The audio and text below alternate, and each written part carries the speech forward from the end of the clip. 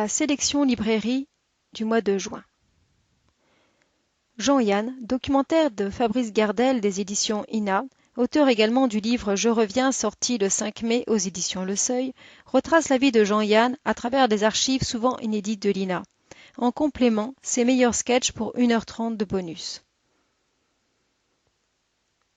Paul Gauguin, film de l'exposition événement dédié aux îles Marquises à l'occasion des 15 ans du musée du Quai Branly, édité par la Compagnie des Phares et Balises.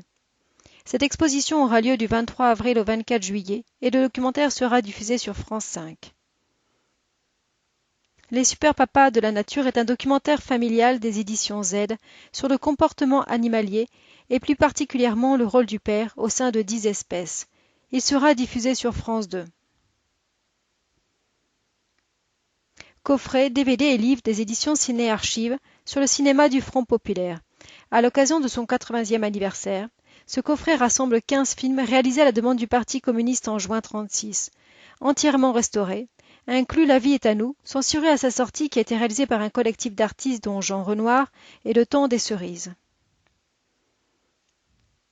Irlande, La paix des âmes.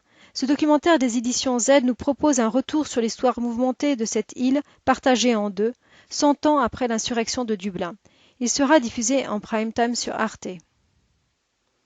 10 heures de programme pour mieux comprendre notre monde à travers 5 titres phares de la collection Doc citoyen des éditions Montparnasse, dont Solutions locales pour un désordre global de Colline Serrault et La stratégie du choc de Naomi Klein. Pour la première fois édité en DVD aux éditions Arte, retrouvez la trilogie des Balkans de Chris Marker, ce génie du documentaire. 3 documentaires sur la guerre balkanique des années 90. Syrie, enfants en guerre. Ce documentaire de la compagnie Phares et Balises en partenariat avec la Ligue des droits de l'homme nous emmène au plus près de la réalité des familles résistantes d'Alep à travers le regard de 2 enfants combattants. Finaliste au prix Albert Londres et diffusé dans l'émission Infrarouge de France 2. Les filles au Moyen-Âge des éditions Potemkin.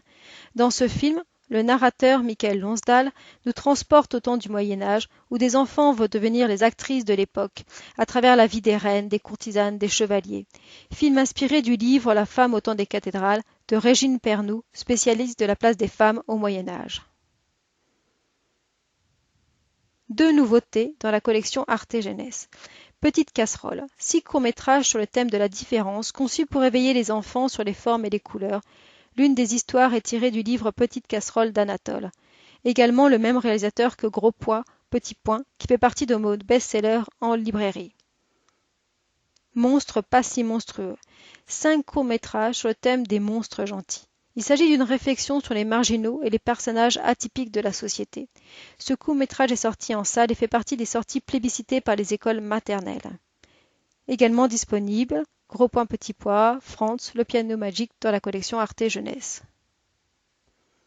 2 ouvrages de Christine Colonna-Césari aux éditions Pianizza. Le retour de Merlin et de la licorne d'or. Conte jeunesse de 36 pages qui revisite à sa façon la tradition celte et le pouvoir féminin. Vence, des sources et des fontaines, le conte de la couleur bleue, conte jeunesse qui nous transporte dans la cité médiévale de Vence, où le réel et l'imaginaire se mêlent à travers l'histoire de l'art de Matisse, de Chagall, du patrimoine de Vence et la féerie de l'eau, un conte fantastique pour petits et grands. À l'occasion de l'Euro 2016, sort aux éditions du Désir, Mon football, la preuve par 5, écrit par Julien Moulière, chroniqueur sportif sur RMC. Il propose dans cet ouvrage un regard original sur l'histoire du football des années 50 à aujourd'hui.